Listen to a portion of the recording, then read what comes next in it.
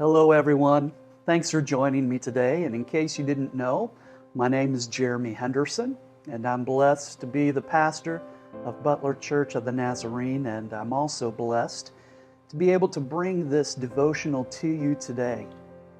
Last week we started off a series of devotions that deal with the concept and idea of gratitude, and more specifically, radical gratitude. Now today, I want to start off with the obvious. Anytime that you thank someone, you honor them. And anytime you express gratitude, you're actually expressing to another person that you think they're pretty great. Now, for example, if I tell my wife, honey, I'm so thankful for the wonderful meal that you made last night, I've just honored my wife. And if I were to say to my kids, I'm so thankful you were born, I'm letting them know that I think they're pretty great and that I like having them in my life.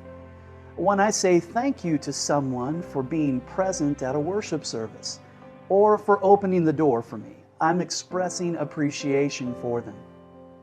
Now, the long and the short of it is quite simple.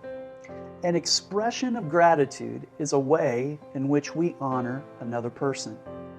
And the Bible tells us that we also honor God when we express gratitude to Him.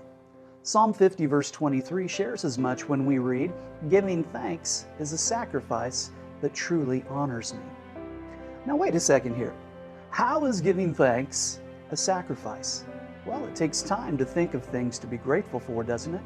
So when you give thanks, you're sacrificing your time. When my wife Zandra does something thoughtful for me, I know that it will be a blessing for her to hear me say thank you. But if all I ever did was just thank her for the things that she does for me, she'd probably begin to wonder, does he really love me, or just the things that I do for him?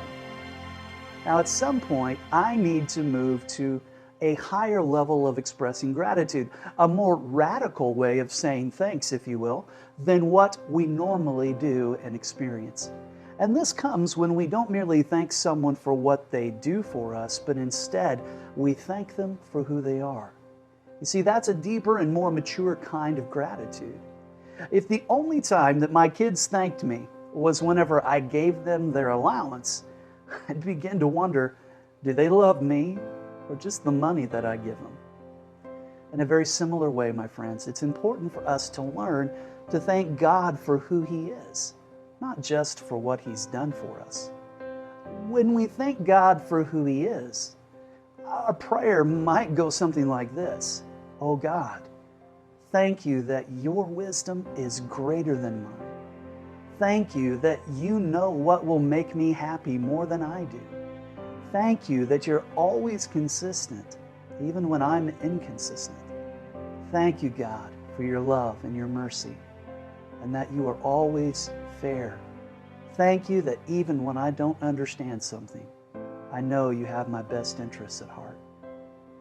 This type of gratitude, it goes beyond thank you, God, for this day and for this food, and it moves us to thank you, God, for who you are.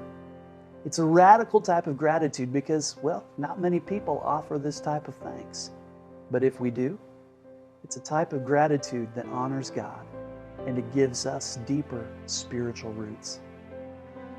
Thank you for joining me for this encouraging word devotion today. I'd love to have you be my guest this coming Sunday at Butler Church of the Nazarene. Our Sunday morning service begins at 10:30 a.m. And there is a community of people at Butler Nazarene who come together to love God and love others. And I want you to know you'll fit right in. And I believe after being with us, you'll discover you belong at Butler Church of the Nazarene. So God bless you, everyone.